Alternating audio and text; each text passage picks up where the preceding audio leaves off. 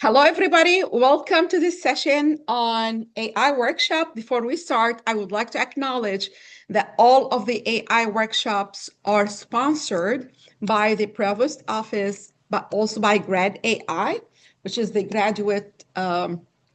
College of Graduate Studies. Today, we have a very special guest speaker, John Wallen. He is the Director of Computational and Data Science PhD program. The floor is yours. Thank you so much in advance. I know you said you're going to mention about Claude and what's new. So we're expecting kind of that as well. You're getting new stuff, yes. So, hey, everybody. Yeah, thanks. So I'm going to just start off by saying I'm going to do some demos. I am going to try to do live demos, which are always exciting because you never exactly know what's going to happen with those. But let me show you the prompts I'm going to do. So first thing, I'm going to have it organize some files. So this is the first prompt. I want you to organize files in this directory, create appropriate folders, put everything. So I'll show you what this looks like, and then I'll launch it. So I am going to go into, let's see, I'm going to go into home. Actually, this PC is fine. And I should have set this up ahead of time. And go into somebody that wants admission there. AI demos. So this is the directory that's there. It's just a mess. Okay, so I don't like messes. I want to clean that up. And basically what I did is I just wrote a prompt to do this. And what I'm going to do is just show you how to get this started. So I'm already set up in this directory, or I should be. And I'm going to, I gotta make this a little smaller and see the top of it. So I'm in a thing called Claude Cowork, okay? And what I want to do is go into that, and I already have set it up to this documents. So I'm going to just take the text from here and copy that. And then I'm going to go into here and I'm going to just paste it there. And let's just get that started. So basically, I'm saying organize the files in the directory, put them in, figure out if there's duplicates, just go through that routine task stuff. What this is just doing is just showing just really quickly like what kind of stuff it can do. It's not meant to be anything more than that. I want to just start another task because these things are going to take a little while to do. So I'm going to use Gemini. Actually, I'll use Gemini for this one. And the next task I want to just get started is in Word. This is just stuff I made up. I was trying to figure out what is a good demo. I need to have a detailed history about the MTSU football team, wins, loses, that kind of stuff. I just want to write a report on this. I'd love to see photos because that'd be fun. And secretly, I'm not somebody that follows sports, but still, this will be fun. So, and I put this on deep research mode.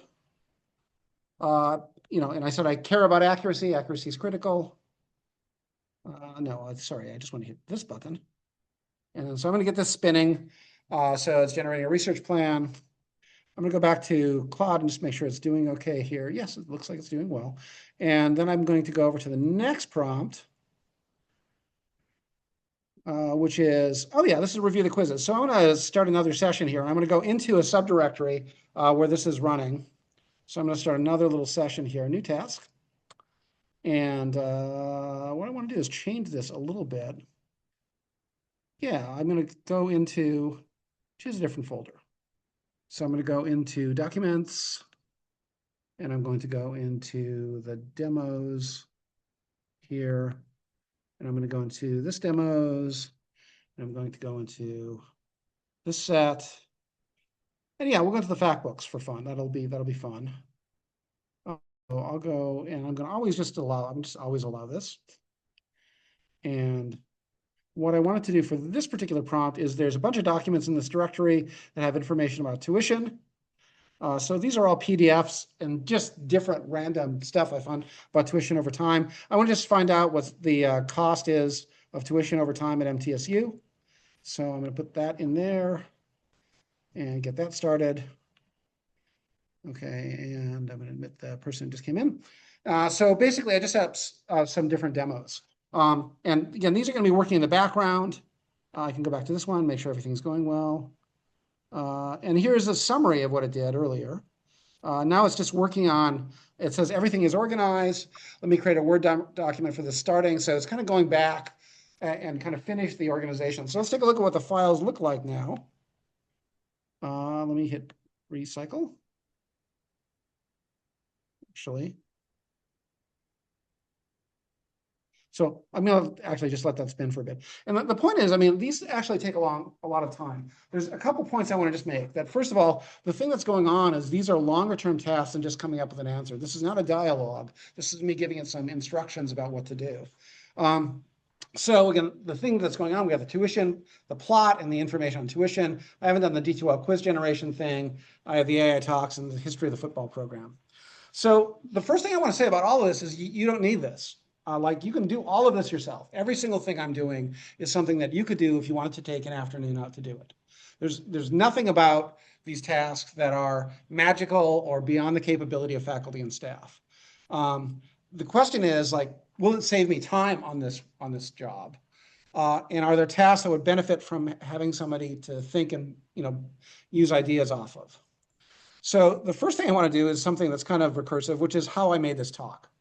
Right. So the way I made this talk is by, first of all, having a conversation with Claude and then kind of coming up to an outline and then moving the outline into a PowerPoint plugin and doing that. So if you go into, let me just bring it up in Claude here, which is here.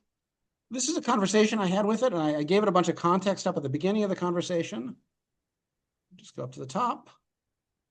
And I said, I'm working on a talk tomorrow for using AI tools. And this is a summary of it. I pasted some other conversations I had previously, and it came up with audience goals about a realistic model of what AI can do. It came up with information on it. Then it says, okay, like I made an outline. I said, well, let's redo the outline. Let's take a look. And I looked at it, and of course I revised it because I didn't like it. I'm a faculty member. I never like things other people do. So you have to like go through and kind of, it gave me some ideas about things worth thinking through, some structural suggestions. And then it suggested some other things about it, and it came up with eventually like a pretty decent outline. And this is the outline it had. And, I liked it generally. I thought it came up with some good demos with me. But this was not just it doing something. This is me having a conversation with it and pushing back and giving it documentation and giving it the things it needed to. When I actually ended up writing the talk, the thing that I did was take the outline and revealing the bottom thing so I can bring up this thing. I use this, which is a plugin for Claude that actually allows you to do plots. What are you doing in there? What are you doing in there? What's this? Yeah, let me mute it. Sorry. Okay. So anyway, going from a conversation to just generation of slides. The generation of slides was done basically autonomously. I don't have to do slide generation anymore, and it created this presentation. So all the visuals you're seeing were generated with AI. Didn't start with a blank slide. I didn't start with just a simple thing, but I try to use this to help me. It's good to talk about how we've gone from the 2022, 2023 AIs to where we are now. So, in 2023, just 3 years ago, there were very confident hallucinations. AI would say things that were just blatantly false. If you asked it to give a personal history, it would tell you that you're in some other department, and it would make up things because it's trying to make up what you want to hear. It was terrible at mathematics. It was terrible at grade school mathematics. It couldn't do any document handling at all, basically.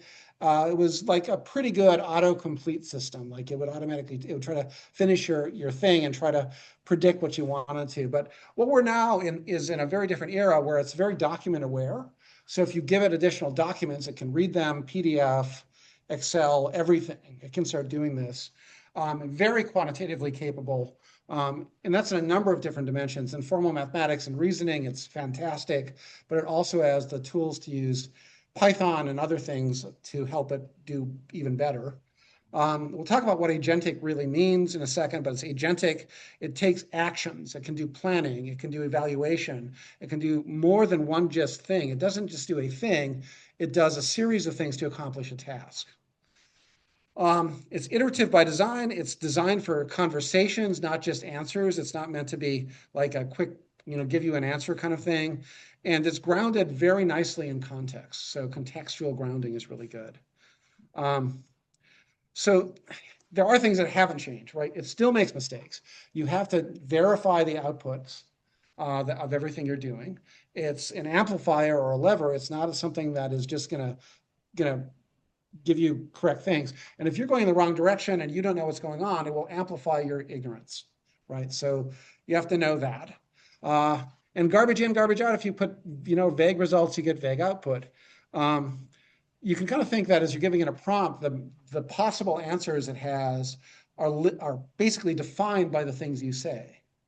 If you say hello, it could say a lot of things back. If you give it a paragraph or an entire outline, there's less things it can do. So there's the more context you give it, the biggest thing. I think the biggest barrier right now, though, is that people don't think about AI in terms of how it is now versus how it was in 2023. But we don't see these changes because you have to kind of get into this, and it's going so rapidly that it's very hard to keep up with. The big thing I have to mention, because this is a talk in higher education, is FERPA. So you cannot put student data into an AI system right now, period. Right? You cannot take your spreadsheet with student records that have names and numbers and put that online and have it process that for grades. You can't take homework and put it in there. All grading, advising notes, admissions, academic records, anything like that is just off limits because these are not FERPA compliant, off the shelf. If you have a personal account, it's a personal account. Don't put FERPA stuff online. And if it's not institutionally approved, it's not FERPA compliant. So that's the big thing. So again, student grades, advising, all academic records, just forget that. Now, there are things here. Yeah, please. Yeah. So I know you're working with ITD about providing something for campus. Can you tell us a little bit about? Yeah, so it's coming up. So yeah, it's the next slide. Actually, it's this slide. So very good timing, Sam. So here's what we have right now on campus. We have something called Boodlebox, which is something you can go through ITD and get an account on. Boodlebox is very limited, but it's a free account for MTSU people. It's a trial account through the end of the semester. Just go to the ITD help desk. They'll give you an account on it. And you can log into this with your single sign-on MTSU. This is a FERPA compliant system. So you could upload things to it and do stuff with it. The trouble is the ability to upload is limited. The speed is low, and it doesn't have the tools that I would like to have for it to do things. For example, it can't write Python code and analyze a spreadsheet. It can look at the spreadsheet and see things, but it doesn't have it doesn't have all the things that we've come to expect in AI, since 2023.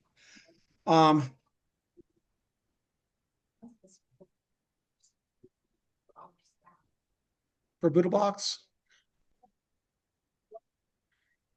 I don't like it at all. Okay, just the honest opinion, I hate it. Okay, but that's because I'm using the other tools. I can't do it in a FERPA environment, but I don't do it in a FERPA environment. So I really don't like it. You can't generate PowerPoint with it. I can't generate Word docs with it. I can't analyze complex things. It doesn't integrate into my editors for writing code. So I don't like it.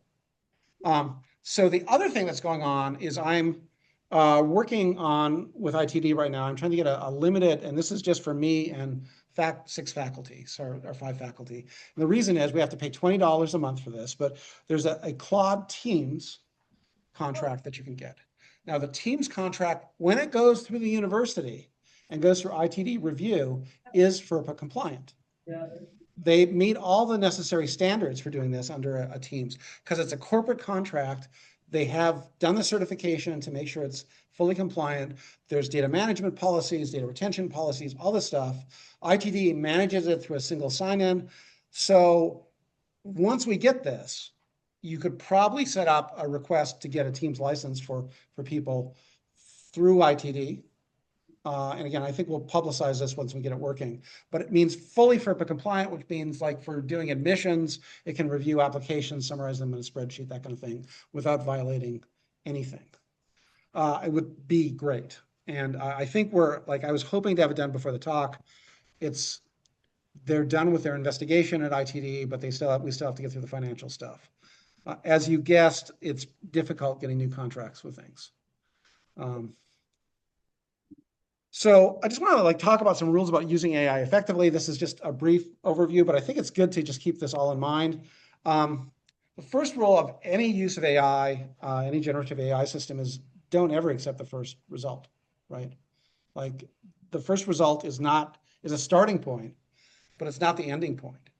You want to look at it and say, well, it's never going to be exactly what you want. And if it is, you probably don't know what you want, right? So by not accepting the first response and asking it to fix things, you're kind of forcing yourself to review things. Just like in any draft of a document, you never do the first draft. Same thing with it. So you got to work with it as though it's giving you drafts. You have to have the domain expertise to use this. You can write codes, and students do write codes with this without really knowing anything, like Python codes and things. But if you don't have, it amplifies your ignorance as well. It can easily go beyond you or do things that may not be what you want or you're secure. And if you don't have the expertise to know that, you're going to get into trouble. When you're asking it to do things, you have to try to keep the tasks it's doing relatively small and relatively focused. Now, it's getting better at these longer things, but it's still not there in a full sense. So it's not fully there. And I'm going to just take a quick second to go back and check on the demos and see where they are. And let me just, I want to go into Claude here. It looks like everything's kind of working there. Let's take a look at this. Yeah, so I'm still working on that. And let me take a look at the Gemini one real quick. Yeah. Top bar from Zoom is in my way here, so move it down just a little bit. Whoops, no, that didn't work. Hold on a second.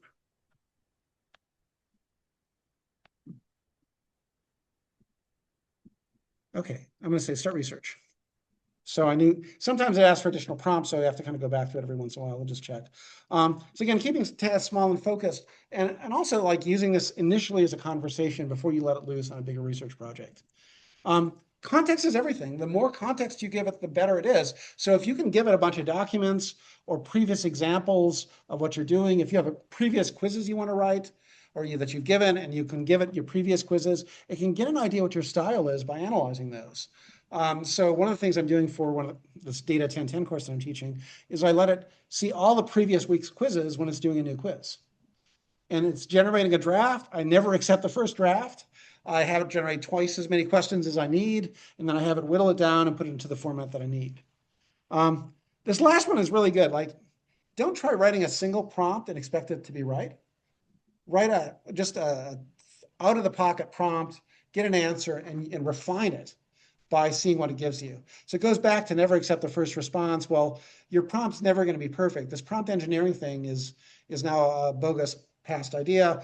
Just write something. When it gives you it, know that it's garbage and then iterate. And if you're doing something with your with accessing the files, make sure that you have a backup system of what you're doing, because a backup system is really going to matter. So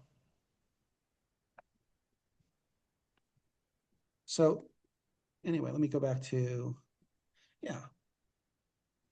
So as an example, this is actually after the file cleanup has taken place. This is way better than it was. So I have my backup system, but it's just a better organization. But I did do a backup before I did this because I didn't want to lose any of these files. All right. So I think one of the first uses of AI that really I find terribly useful is using it as this is its words, not mine, a thinking partner. But there's always these conversations that you need to have with somebody about your courses and your research. And there's usually nobody to talk to, right? Because when I'm teaching a brand new course and nobody else has ever taught it, I'm the expert. I'm just using this to reflect back at what I'm doing, but by writing things down and saying, hey, I'm thinking about this kind of exercise. And it sometimes says, well, that's great, but, I don't know, it seems like this is too advanced, or this is a wrong kind of direction, or that's a good idea using our pedagogical goals. You could strengthen in this way. It's not magical. It's just making suggestions, and some of them are garbage suggestions. But the idea is when you're getting to the edge of what you can talk to, it's really helpful. So, when you're trying to learn new things or do new directions, it's really great to pressure test your ideas. And that's, I think, a great way to think about it. It's helping you do your job better because, you honestly, even if there is somebody else teaching the course, you can't just lock them in a room and talk to them for 2 hours. And you don't need to do that often, but it does really help to go through that when you're doing design. So let's talk about agentic AI. So this is obviously an AI agent, but AI agents are different than that. AI agents are, it used to be the idea is you just ask a question, you get a response out of it. It's a text output, and you take this and then you do work with the output. It tells you something that you use somehow. The new thing is, well, okay, an agentic paradigm is like complete this task, and that task could have multiple steps in it. Could be creating files or creating actions or doing things beyond just a single thing. So if you think about what makes an AI agentic, the big thing is autonomy, right? So it has to be able to do things kind of on its own for a longer period of time. So if you look at the deep research, what it's doing is it's going and doing systematic web searches, and based on the web searches, it's going and creating additional web searches.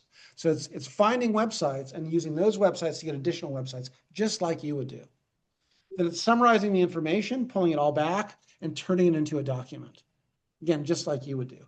It's a multi-step, but before it even starts, it comes up with a plan. It makes a plan about what it's going to do. It comes up with, well, if I want to do the MTSU football team, I probably should search the MTSU sites, maybe look through newspapers. It's coming up with a plan of what it's going to do. Then it's kind of executing that plan. And when it runs into trouble, it alters the plan. So it's very autonomous and action-driven. It's kind of goal-oriented programming as well. So the idea is it's not just trying to answer a question, it's trying to accomplish something. And it breaks, to do goals, you have to have multi-step reasoning. You have to have the idea of, again, multiple steps in it. And also knowing what to do when it doesn't work.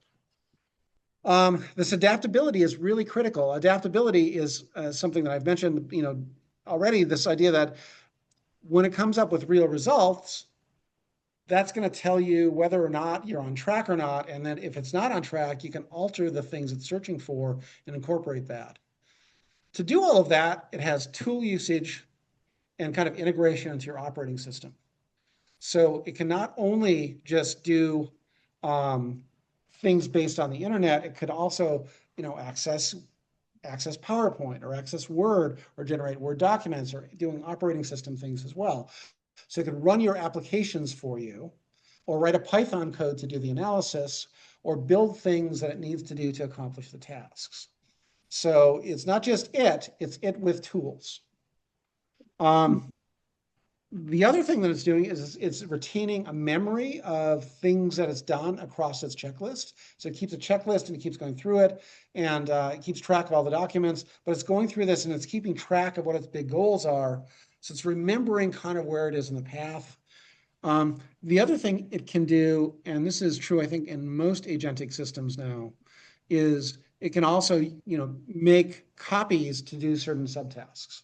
So you might set up, it might automatically, and it does this automatically. It says, okay, I'm going to set up an agent to read through these PDF documents and summarize them for me. It'll summarize them. And while that's doing that, I'm going to set up another agent to go and do a web search. Then I'm going to set up another agent to start writing all this stuff down.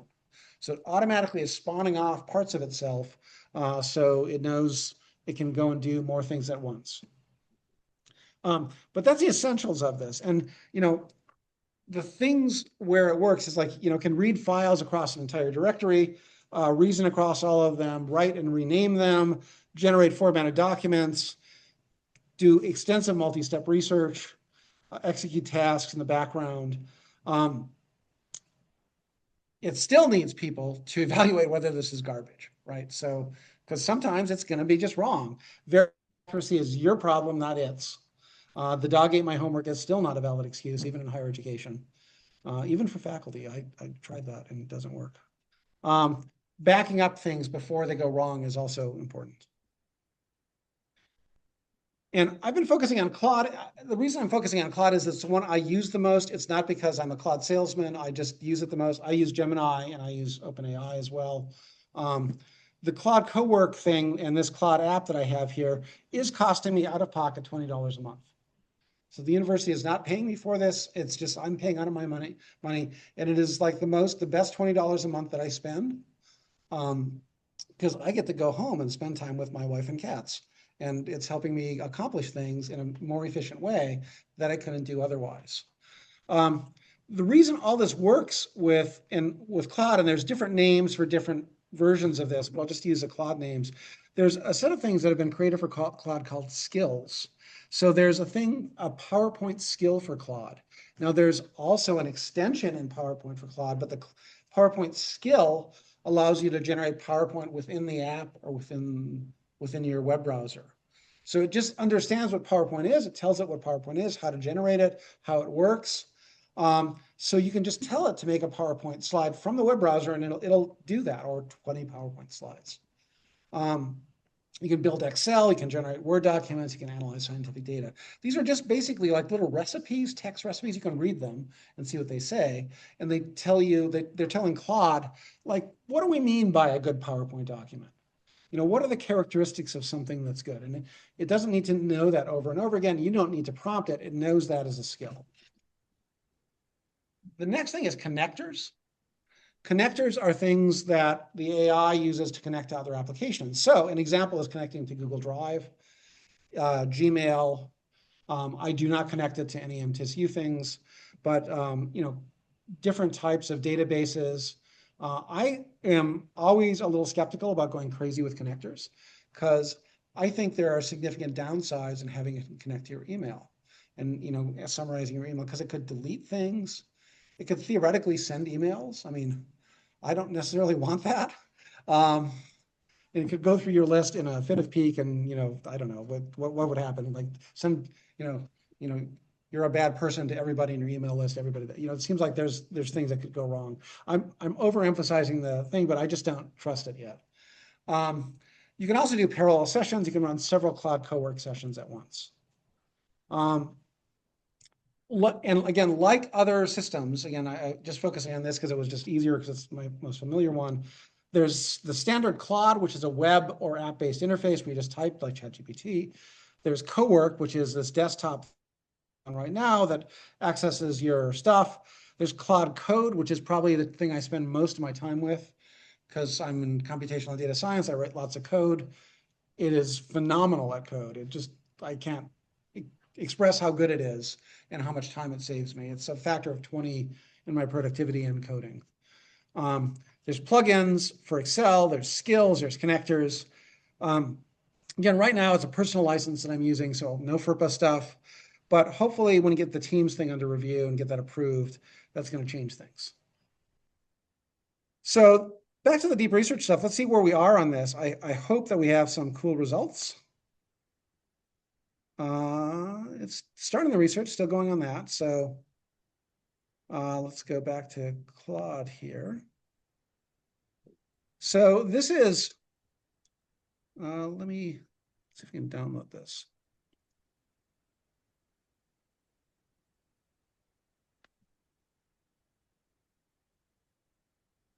So I had to make a report about tuition, and this is the report I came up with while we've been waiting. So this is going through the tuition using the fact books, using the different sources, and figuring out what the cost is per credit hour.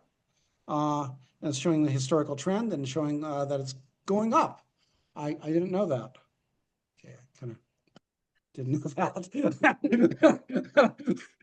I guess I was that aware that I didn't know that, but it does show the numbers. And again, it's going through stuff. Some of the documents didn't really, you know, really do this. It tried to do some things using document. Some of the stuff in here was intentionally bad, so it couldn't read the files.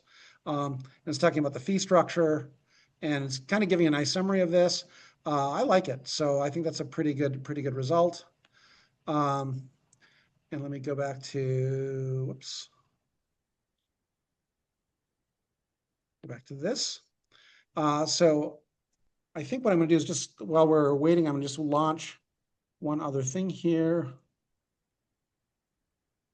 which is this. So I'm going to give it access to a subdirectory, the new session. And I'm going to start a new task here. So you can see your prompt is really long. It is. I wrote it earlier because I just didn't want to type it. Normally I'd be thinking about what I'm saying. Yeah. And yeah, let me come back to that because that's interesting. I'm trying to minimize the amount of time I have to go back to it. Normally I don't spend that much time doing it. But what I'm trying to do is like I'm kind of short circuiting this idea of using iteration, which like for the demos, it's fine. Actually, let me go into get back to this one.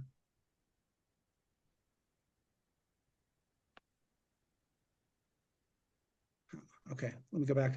I'm not going to get to the right directory here easily. Darn it. Yeah. What I was going to do with this one, I guess, and I'm just going to call this a failure because it's going to take too long to set up, was to have it go through and create some quizzes. And the thing that I'm just going to mention about this, and it's a little hard to see it, but let me maybe enlarge it a little bit. I wanted to create a review quiz based on the last 7 quizzes I did. So it would go through and pick up those, make similar questions, 40 questions in the quiz. And the other thing that I was going to ask it to do is just format it so that I could just read it into D2L. So I can just import it directly. And that's easy to do because D2L is a format for doing question imports into the question library. So you can just directly import things. The point is that like this is a pretty complex thing to do. If I had to do this myself and type it all into D2L, I'd probably spend 2 or 3 hours doing it. Instead, I spent about 5 minutes writing a prompt and it would just do this task for me. None of this is rocket surgery. All this stuff is stuff that you can do just without ever using Claude. It's nothing about this is something that's beyond your capabilities. The only thing that it is things that take time and that you could possibly spawn off to somebody else, given the reality of your schedules. So I'm hoping this is going to come up with the report soon. I have it show the thinking here. Oh, it's not actually, okay. Yeah, please. So work with a lot of doctors, and so we have to pull their licensing Right. of like the Tennessee Health website.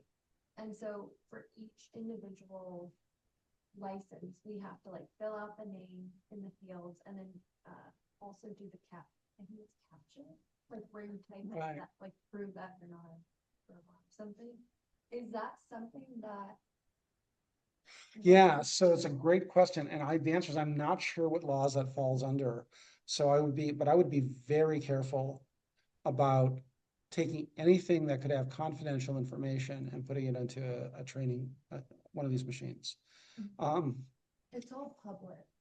Yeah, so that's the other part of it. It's like public, but it also, so I don't know the answer to that. That's a great question.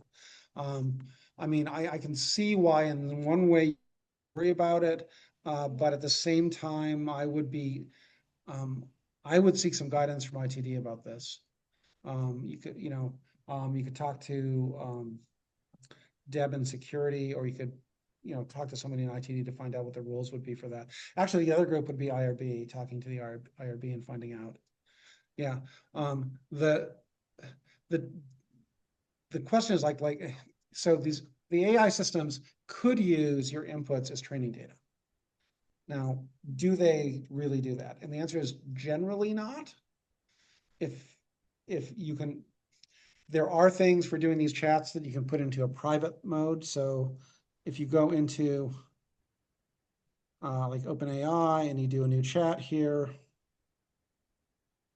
I could put it into a temporary chat where it supposedly, now I don't trust that even with FERPA data because it's not certified by the university. So I would not want to believe that.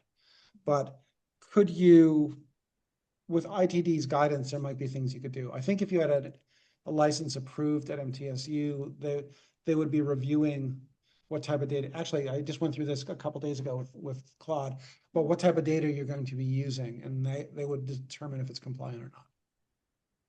Yeah, so there's like a vendor agreement that you have to go through if you're adopting it.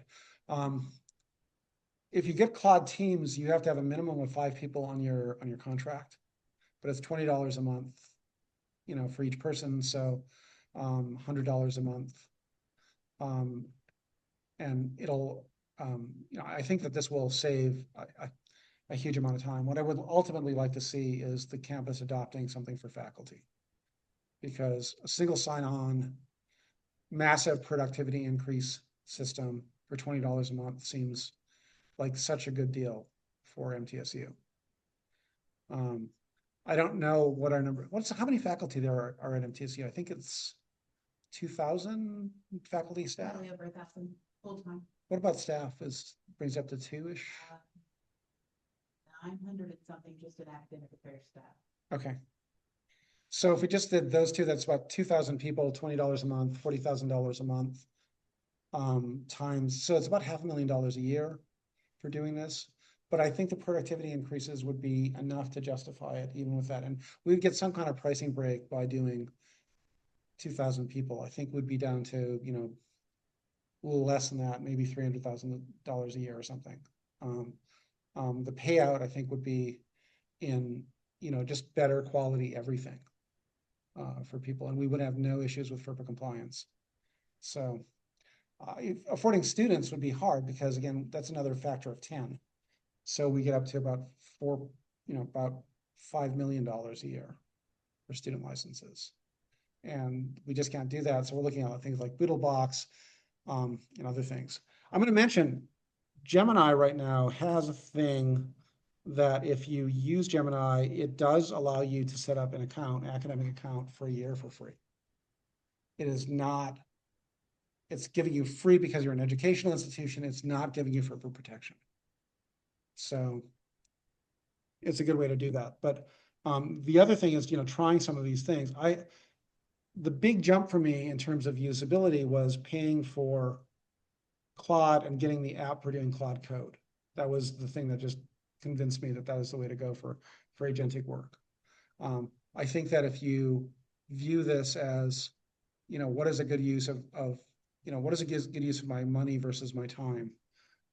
If I get the coding time that I've saved on that is immense, but also the ability now to do, you know, PowerPoint, writing quizzes and things like that. I think my productivity is just much higher. The informal data is my wife says I'm home more. So that's like, you know, about 10 hours a week of work less because of this. So that's why I'm really, you know, pro on this. So let me go back, talk about, where's my PowerPoint?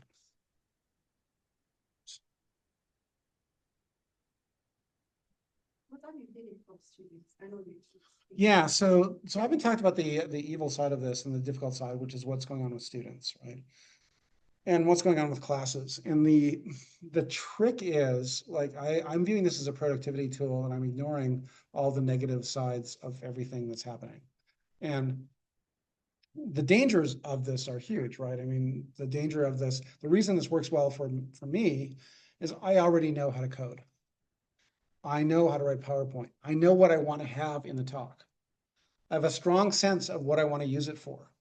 And I want to, so I'm using it like, I mean, I'd like to, the romantic thing would be I'm using it like a tool to sculpt something, right? And that sounds really great. Maybe it's not quite that good. It's PowerPoint. So, you know, but I'm using it to help me as an assistant to help me accomplish something. The danger is that you could have people learning this who don't have the base knowledge, who don't know, you know, what a good PowerPoint looks like or what a good slide looks like, and making presentations that are apparently very pretty, but have no actual content.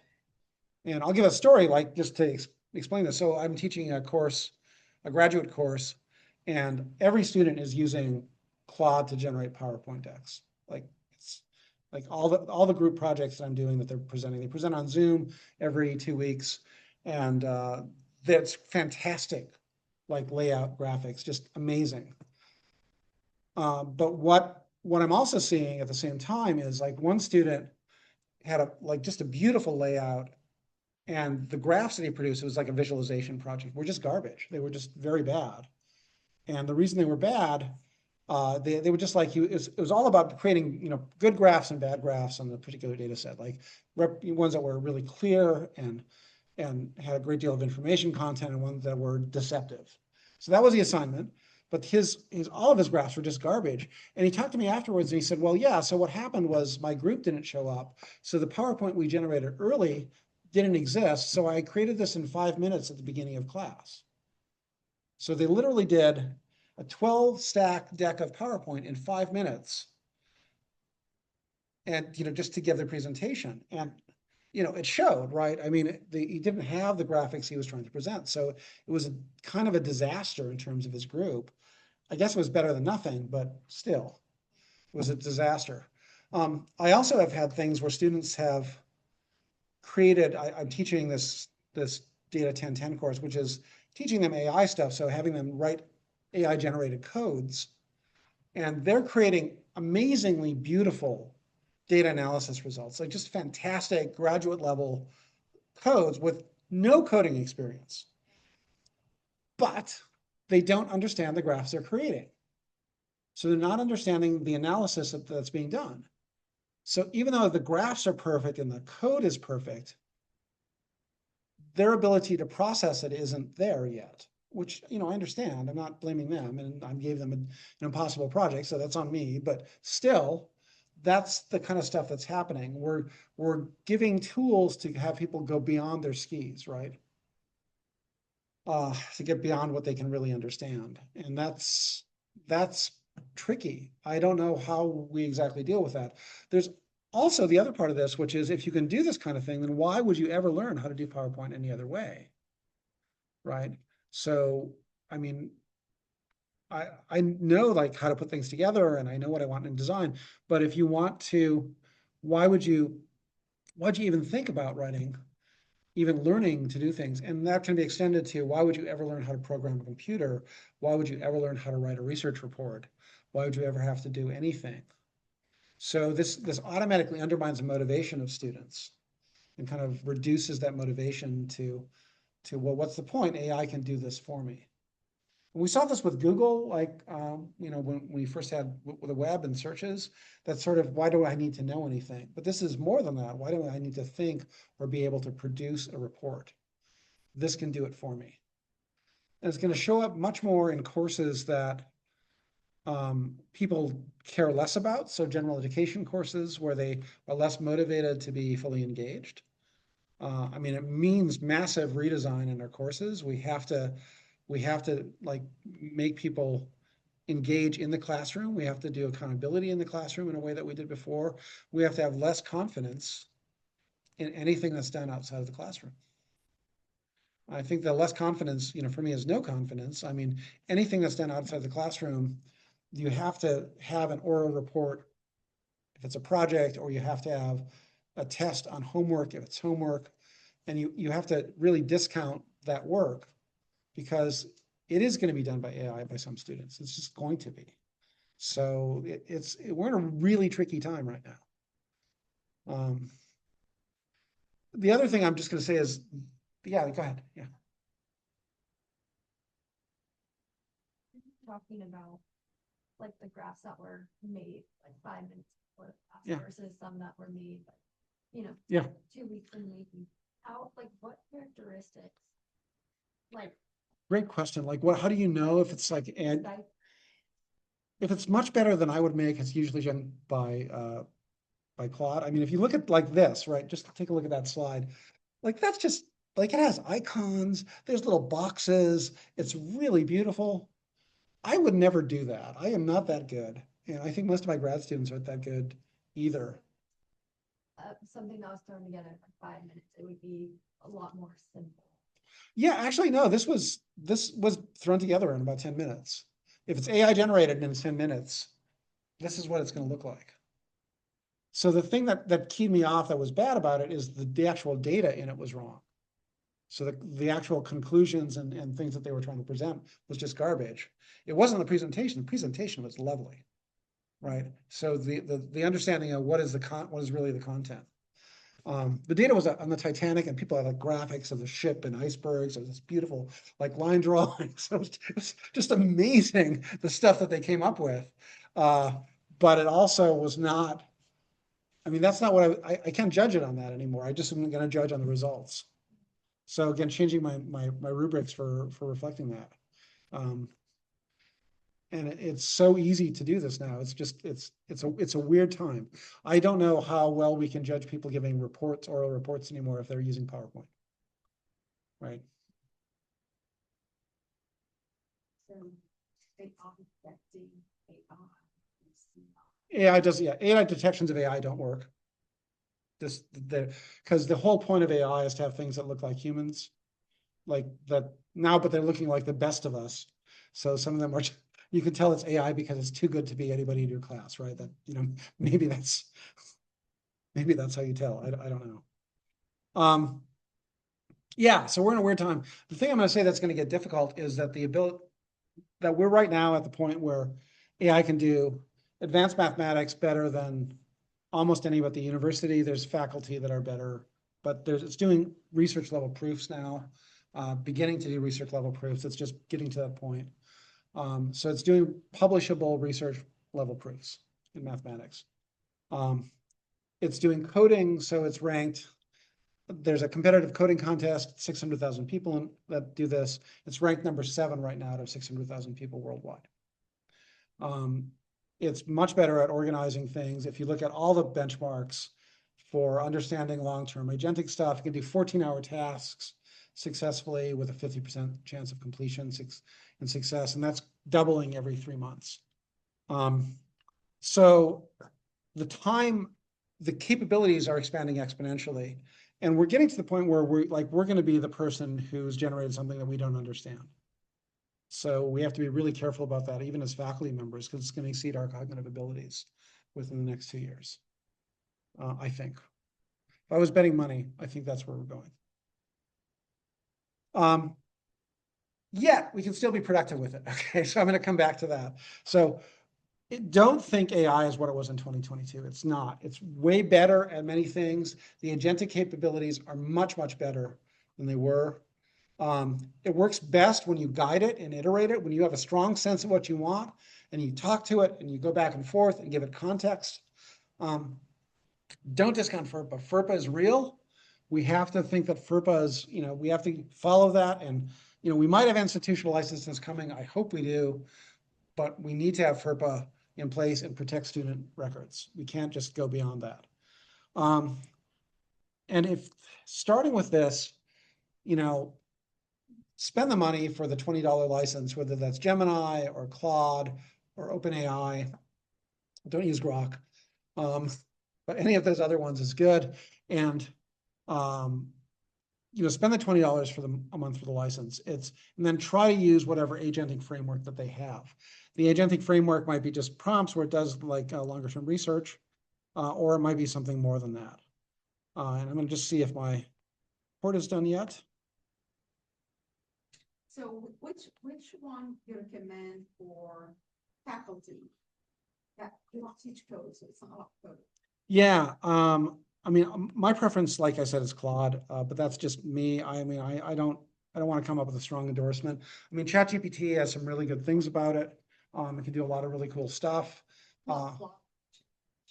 Yeah.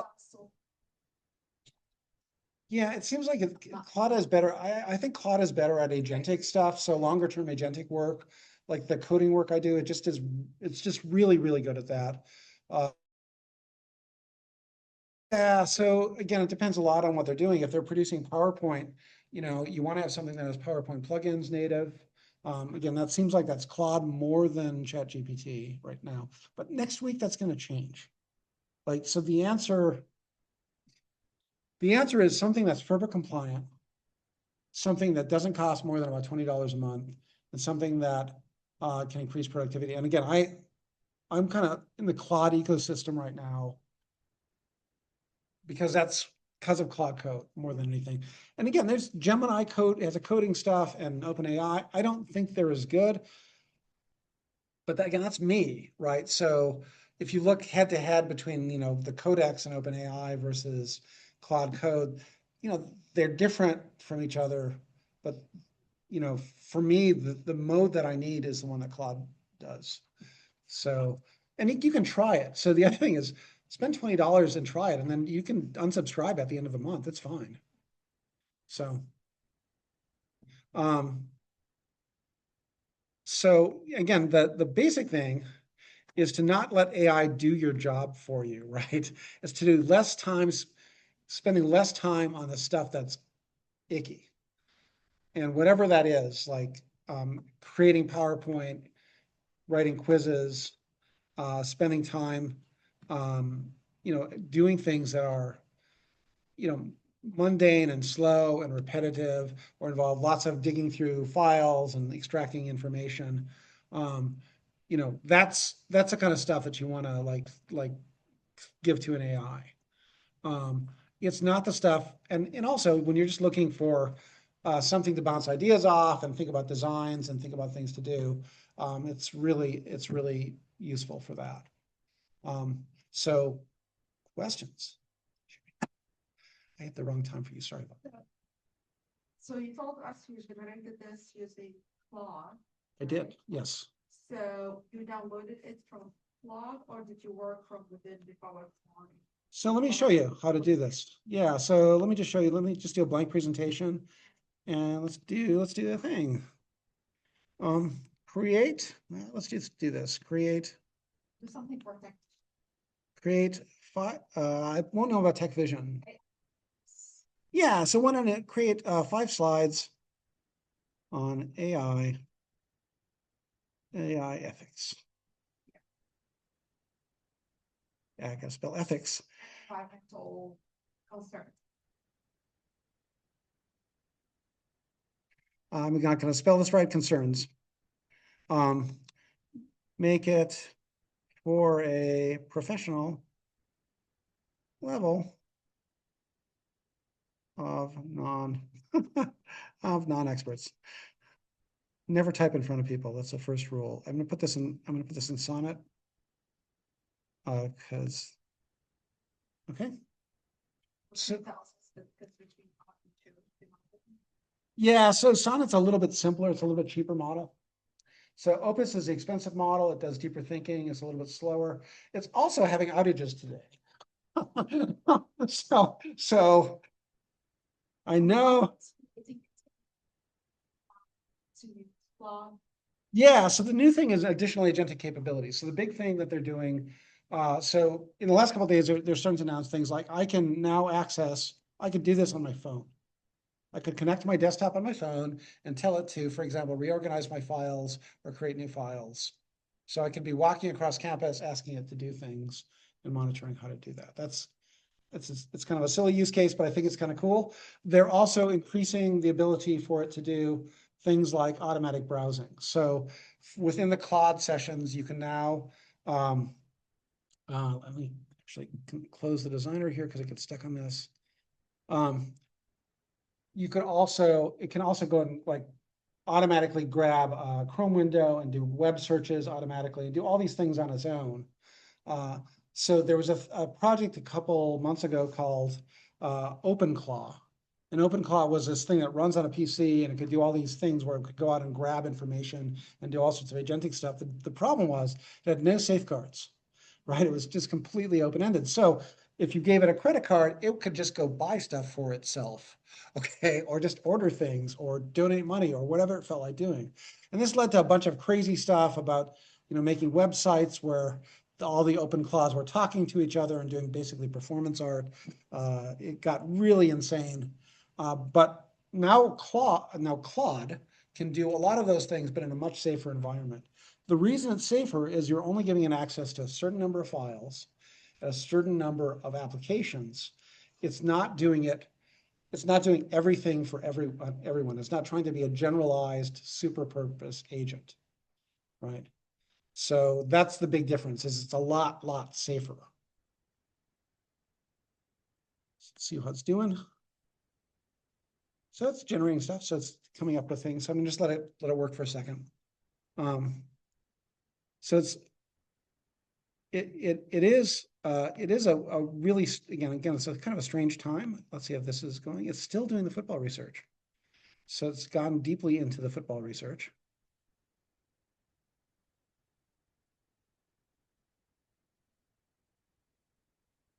And I'm going to just make sure that it's going through. Yeah, it's just going through. So let's go back to our PowerPoint window here.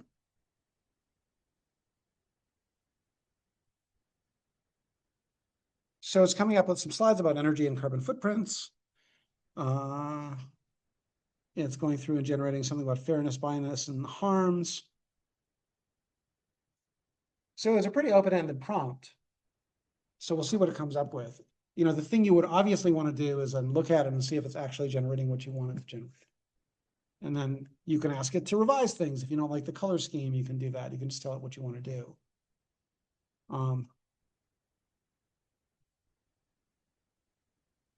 So it's doing what organizations can do as a final slide.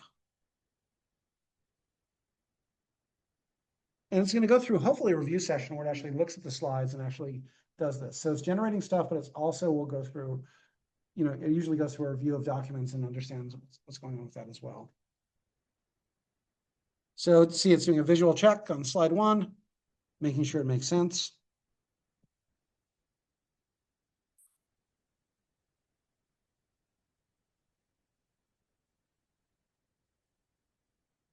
And then it's going to check slide 2 and see if it likes it. It looks like it's kind of a stupid layout in slide 2.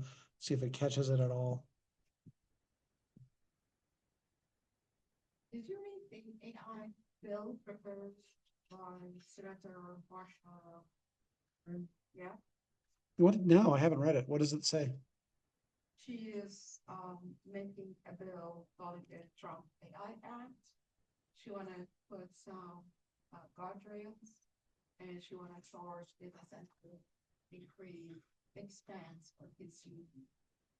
electricity, and she is proposing guardrails proposing to have watermark for deepfake and voice cloning as well.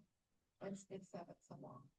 It's super hard to do a lot of that. So things like deepfakes and voice cloning, you can download voice clone software now and just use that. So it's very hard to stop that. The taxing of data centers sounds great if you can enforce that. There was actually some pretty good things about AI safety 2 years ago that were there's a presidential act under Biden that was really pretty good. It talked about how there's going to be standardized testings for AI safety, and AI safety is the idea of not causing harm either through psychological damage or physical input or whatever it is. But that got canceled, of course. So that's no longer in effect. So there really isn't any regulation on AI right now. There's almost none.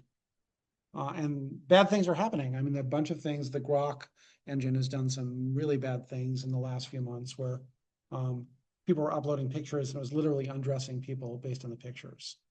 And that was on for 10 days before they stopped it, which is why I haven't really mentioned that engine in terms of using it. I think it's a dumpster fire. I mean, How long it's gonna take somebody to notice to take the damages? we're seeing that all over right now. We're seeing it in the news. We're seeing it on all the social media sites. In ongoing conflicts, we're seeing examples of people producing stuff that just isn't real, and it's completely destructive into fragmenting what is anything like a shared reality, right? Yeah, because you don't know what's real. Just a side thing that the movie generation software called Sora, which was OpenAI's, that's gone now. They actually stopped that service as of today, I think. So I don't know why, but anyway, we are out of, yeah, one more minute. Any questions from people online? So go ahead and unmute yourself and if you have any questions.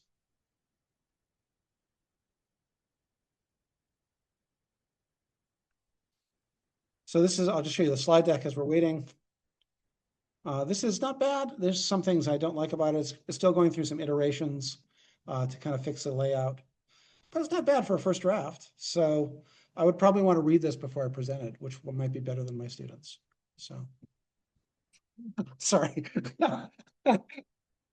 Any other questions? Awesome. So- Thank you so much, everybody. Thank you. Thank you for attending over Zoom, and thank you for those who are with us in person. Thank you, John. That's Sure. very exciting, very informative, hands-on.